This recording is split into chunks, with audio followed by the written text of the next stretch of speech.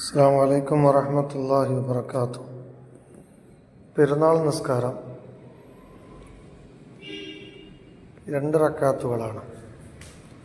ഒന്ന് നിയ്യത്ത് ചെയ്യുക എന്നുള്ളതാണ്.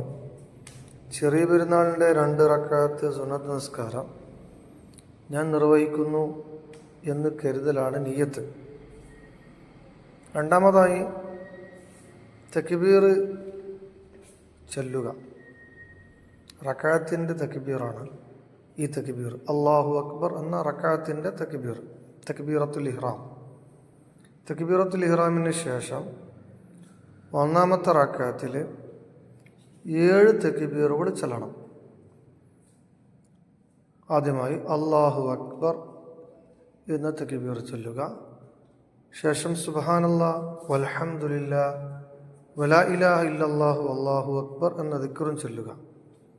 ഇങ്ങനെ 7 തക്ബീർ ചൊല്ലുകയും ഇടയിൽ ഈ പറയപ്പെട്ട ദിക്ർ ചൊല്ലുകയും ചെയ്യുക. അടുത്തതായി ഫാത്തിഹ ഓതുക. ഫാത്തിഹയ്ക്ക് ശേഷം സൂറത്ത് ഓതണം. സൂറത്തുൽ അഅല എന്ന സൂറത്തോ സൂറത്തുൽ ഖാഫ് ആണോ ഓതേണ്ടത്. അതറിയാത്തവർ അറിയാവുന്ന ഏതെങ്കിലും സൂറത്ത് ഓതുക. അടുത്തത് സാധാരണ നിസ്കാരങ്ങളിൽ ചെയ്യുന്നത് പോലെ റുക്കൂഉം സുജൂദുമെല്ലാം ചെയ്ത ശേഷം രണ്ടാമത്തെ റക്അത്തിലേക്ക് തക്ബീർ ചൊല്ലിക്കൊണ്ട് എഴുന്നേൽക്കുക. അവിടെ രണ്ടാമത്തെ തക്ബീറിൽ സുജൂദിൽ നിന്ന് ഉയർന്നപ്പോഴുള്ള തക്ബീറിന് പുറമെ നേരത്തെ പറഞ്ഞതുപോലെ 5 തക്ബീറുകൾ വീതം ചൊല്ലണം.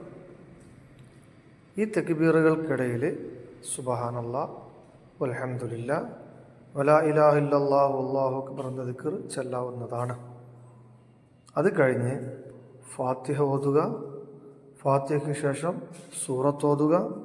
സൂറത്തുൽ ഗാഷിയ അല്ലെങ്കിൽ സൂറത്തുൽ ഖമർ ഇവയിൽ ഏതെങ്കിലും ഒന്ന് ഓതലാണ് സുന്നത്ത്. അറിയാത്തവർ ഏതെങ്കിലും ഒരു സൂറത്ത് ഓതിയാലും മതി. അവസാനം സാധാരണ നിസ്കാരങ്ങളിൽ ചെയ്യുന്നത് പോലെ റുക്കൂഉം സുജൂദും തശഹുദും ഒക്കെ നിർവഹിച്ച് സലാം വീട്ടി നിസ്കാരത്തിൽ നിന്ന് വിരമിക്കുക. ഇങ്ങനെയാണ് പെരുന്നാൾ നിസ്കാരത്തിൻ്റെ രൂപം. അല്ലാഹു തആല നമ്മുടെ അമലുകളൊക്കെ സ്വാലിഹായ അമലായി കബൂൽ ചെയ്യുമാറാവട്ടെ. അസ്സലാമു അലൈക്കും വറഹ്മത്തുള്ളാഹി വബറകാതുഹു.